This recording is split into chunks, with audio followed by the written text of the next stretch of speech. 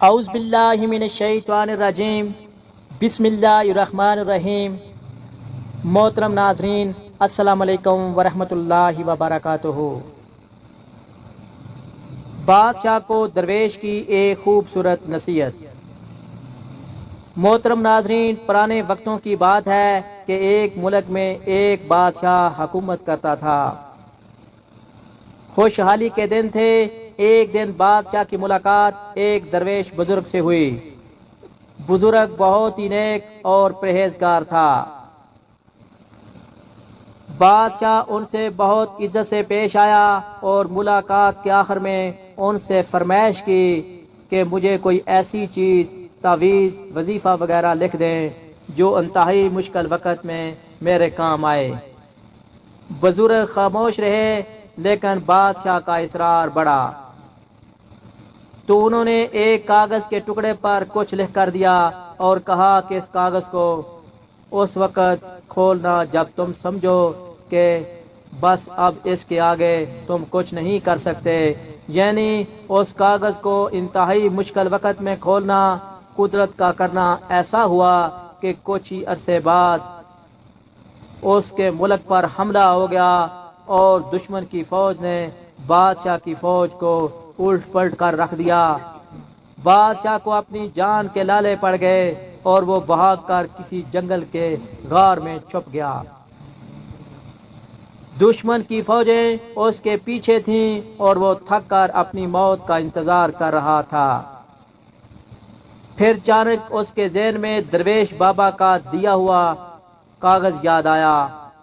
اس نے اپنی جیبیں ٹٹولی تو وہ کاغذ خوش قسمتی سے اس کے پاس ہی تھا۔ سپاہیوں کے جوتوں کی آہٹ اس کو قریب سے سنائی دے رہی تھی۔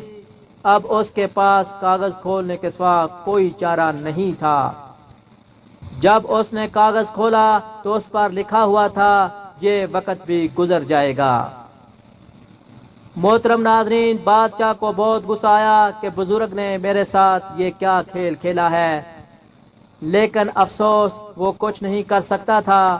اس نے تحریر کو کئی بار پڑھا، لیکن اس کی سمجھ میں کچھ نہیں آ رہا تھا کہ درویش نے یہ کیا لکھا اور یہ کیوں لکھا ہے۔ محترم ناظرین، بالآخر اس نے اپنی تلوار پکڑی اور سپاہیوں کا انتظار کرنے لگا۔ سپاہی آئے تو اس نے مقابلہ کیا اور وہ بچ نکلا۔ اس کے بعد کئی مدت تک بادشاہ بہت خوار ہوا۔ کافی سال وہ اس مصیبت کو جھیلتا رہا۔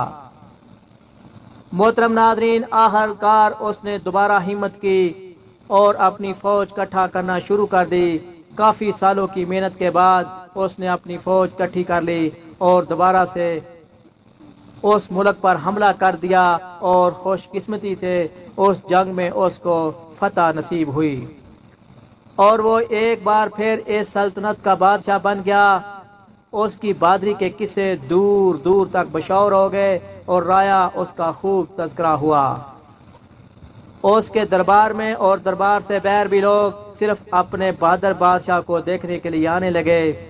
اتنا بول بالا دیکھ کر بادشاہ کے دل میں غرور پیدا ہوا اور اپنی شجاعت پر اور سلطنت پر تھوڑا مغرور ہوا ہی تھا کہ اچانک اس کے دل میں بزرگ کا لکھا ہوا فقرہ یاد آیا، یہ وقت بھی گزر جائے گا۔ اس لیے کہتے ہیں وقت جیسا بھی ہو گزر جاتا ہے۔ ہمیں چاہیے کہ ہم مشکل وقت میں صبر کا دامن اپنے ہاتھ سے نہ چھوڑیں اور اپنے اچھے وقت میں اپنے آپ کو تکبر سے بچائیں، کیونکہ وقت جیسا بھی ہو، اچھا ہو یا برا ہو، گزر جاتا ہے۔